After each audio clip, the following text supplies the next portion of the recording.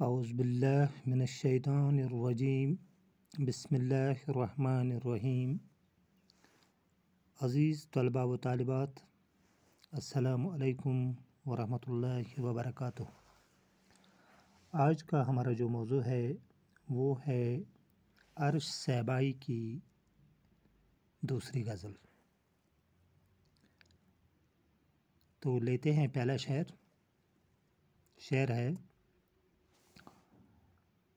हर एक रंग में काटेंगे हम सज़ा ही सही, ये ज़िंदगी किसी मुफलिस की बद्दुआ ही सही। ये रहा शेर। शायर अर्श सैबाई इस गज़ल के मतलब में फरमाते हैं कि मुझे जो ज़िंदगी मिली है वो दुखों, मुसीबतों और तकलीफ़ों से भरी पड़ी है। ये ज़िंदगी हमें सज़ा के तौर पर मिली है। ऐसा लगता है कि किसी गरीब मुफलिस की बद्दुआ से मिली है, और ये दुखों भरी ज़िंदगी हम उम्र भर काटने के लिए तैयार हैं। दोबारा आते हैं तशरीह पर। अर्श सैबाई इस गज़ल के मतलब में यानी पहले शेर में फरमाते हैं कि मुझे जो ज़िंदगी मिली है वो दुखों, मुसीबतों और तकलीफ़ों से भरी पड़ी है। ये ज़िंदगी हमें सज़ा के तौर पर मिली है। ऐसा लगता है कि किसी गरीब मुफलिस की बद्दुआ से मिली है, और ये दुखों भरी ज़िंदगी हम उम्र भर काटने के लिए तैयार हैं। दूसरे शेर पर आते हैं। दूसरा शेर है,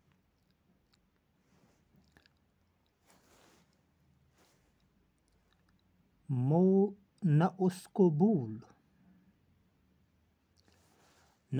भूल कि मैंने तुझे किया तख्लीक, ये और बात है तो वक्त का खुदा ही सही।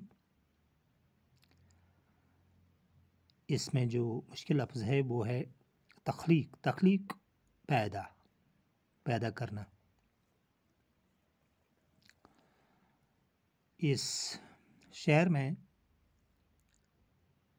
अर्श सैबाई फरमाते हैं कि ए मगरूर और घमंडी इंसान, तू अपने आप को फिरौन और नमरूद की तरह खुदा समझने लगा है, और तू अपनी ताकत का बेदरेग इस्तेमाल करता है, गलत इस्तेमाल कर रहा है। क्या तुम्हें याद नहीं कि तुम्हें इस इक़्तिदार पर, इस कुर्सी पर हमने बिठाया है। दोबारा आते हैं तशरीह पर। अर्श सैबाई फरमाते हैं कि ए मगरूर इंसान, ए घमंडी इंसान, तू अपने आप को फिरौन और नमरूद की तरह खुदा समझने लगा है, और अपनी ताकत के बलबूते पर कानून का गलत इस्तेमाल कर रहा है, बेदरेग इस्तेमाल कर रहा है। क्या तुम्हें याद नहीं कि तुम्हें इस कुर्सी पर, इस इक़्तिदार पर हमने ही बिठाया है।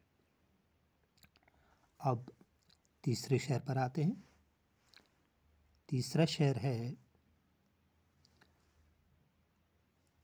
ये रहा तीसरा शेर। यही बहुत है कि मुझ पर तेरी तवज्जो है, तेरी निगाह का अंदाज दूसरा ही सही। इस शेर में अर्श सैबाई अपने महबूब से मुखातिब होकर फरमाते हैं कि मैं अपने आप को बहुत ही खुशकिस्मत, भाग्यशाली समझता हूँ कि मैं तेरी तवज्जो का मरकज़ बना हूँ, कि तेरी तवज्जो मुझ पर मरकूज़ है। और हाँ, ये और बात है कि तुम मुझे नफ़रत की निगाह से देखते हो या मोहब्बत की निगाह से देखते हो। दोबारा आते हैं तशरीह पर। अर्श सैबाई फरमाते हैं कि ए मेरे महबूब, अपने महबूब से मुखातिब होकर फरमाते हैं, ए मेरे महबूब, मैं अपने को बहुत ही खुशकिस्मत समझता हूँ कि मैं तेरी तवज्जो का मरकज़ बना हूँ, या कि तेरी तवज्जो का मैं مرکز بنا ہوں یا میں تیری توجہ کا مرکز بنا ہوں۔ یہ اور بات ہے کہ تم مجھے نفرت سے دیکھتے ہو یا محبت کی نظر سے دیکھتے ہو۔ یہ تھا تیسرا شعر۔ اب آتے ہیں چوتھے شعر پر۔ چوتھا شعر ملاحظہ ہو، چوتھا شعر ہے جو کہ اس غزل کا مقطع ہے۔ وہ میری روح میں تحلیل ہو چکا ہے عرش،